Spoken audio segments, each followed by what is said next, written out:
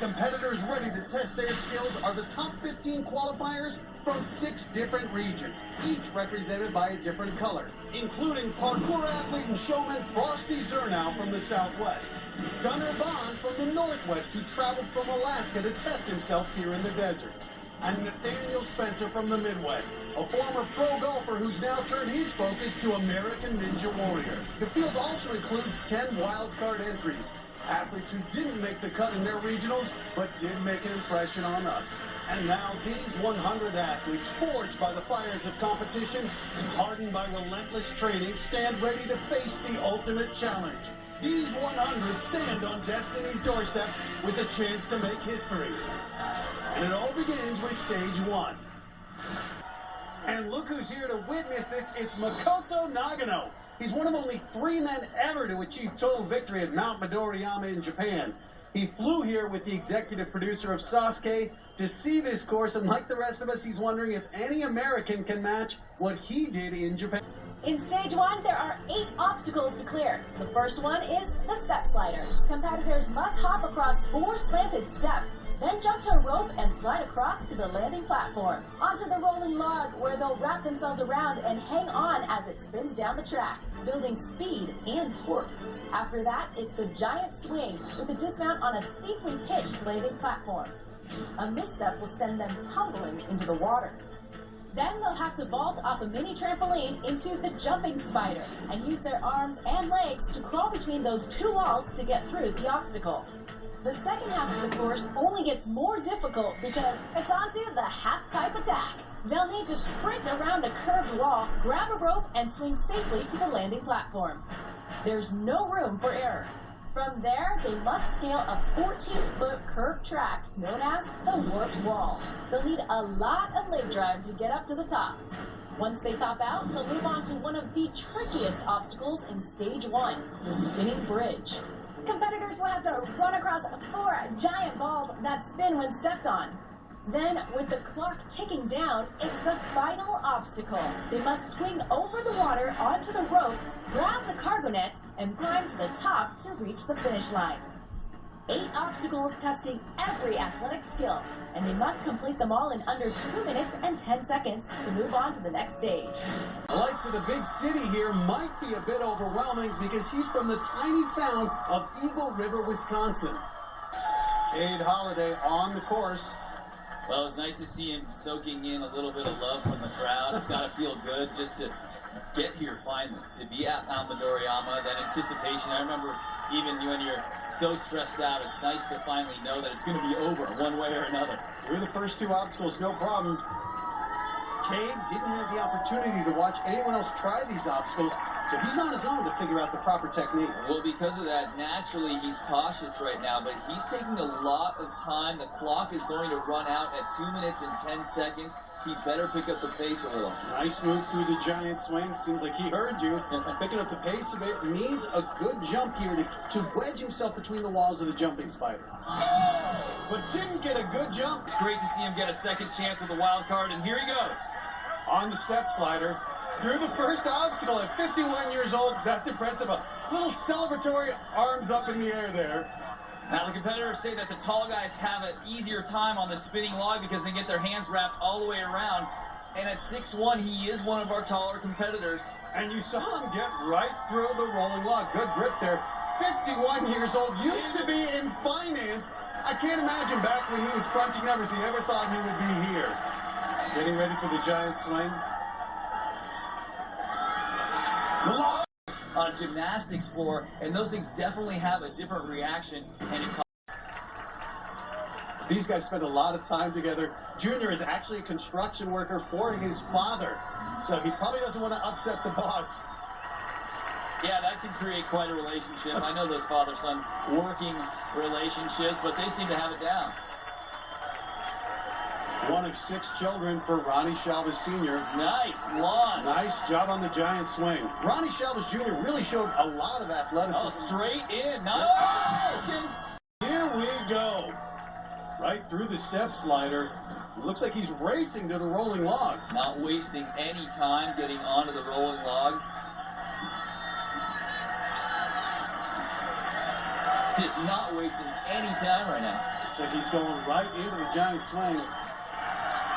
Oh, that was so close. He landed right on the bottom.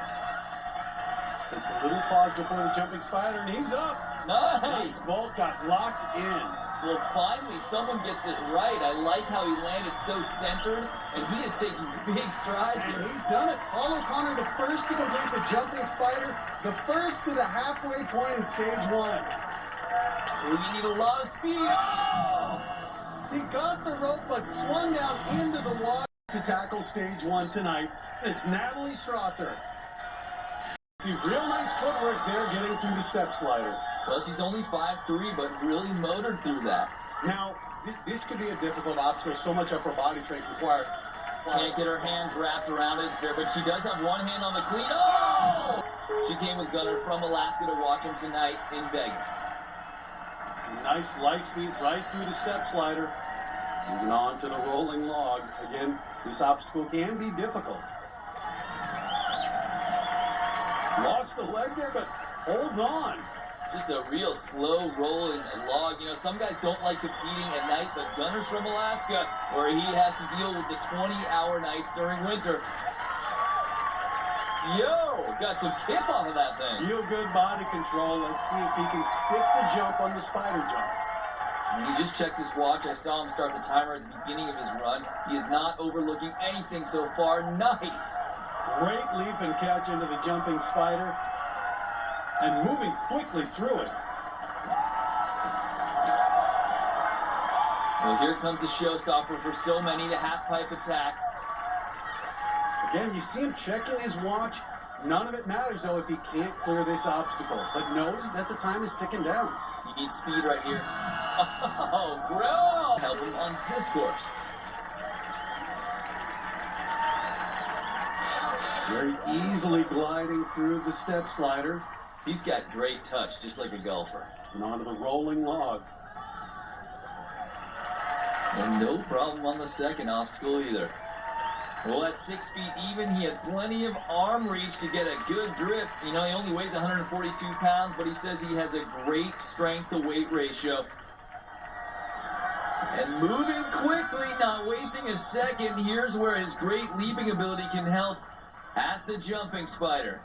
No problem on the vault. You can see his 6-foot frame serving him well, locked in between those walls and moving quickly through it. Well, he's only used 45 seconds to this point. He just looks in such great control right now. So focused, not wasting any energy or time. Now he's at the half-pipe attack. It's so difficult for so many, but wow, he just flowed right through it and sticks the landing. Man, that was beautiful. He's got tons of time right now, but he's got to scale the warped wall. It's 14 feet up that thing. Giving a little reverse run to build up speed, and not even close on his first attempt.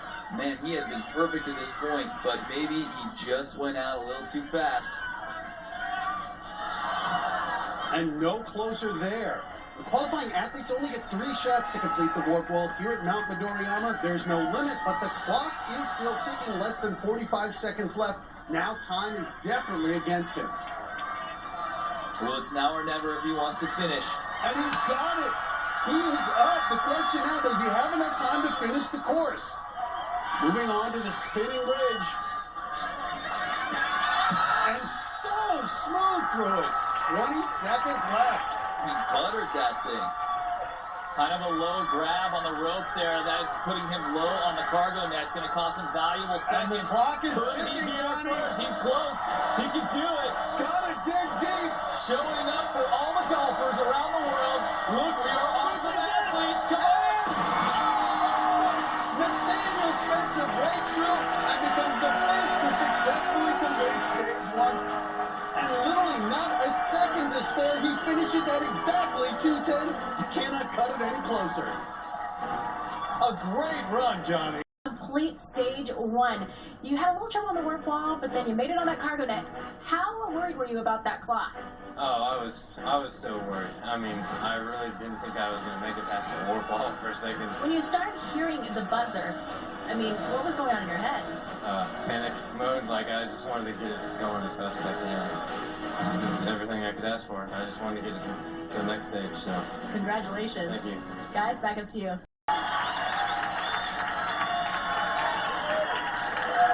little low on the step slider. That was close. It's a very steep angle, the exit off the step slider, but he handled it well. David Money, 6'3", long arms, should serve him well here on the rolling log. Oh, just flops onto the landing mat to complete the obstacle. No style points there, but he's through it.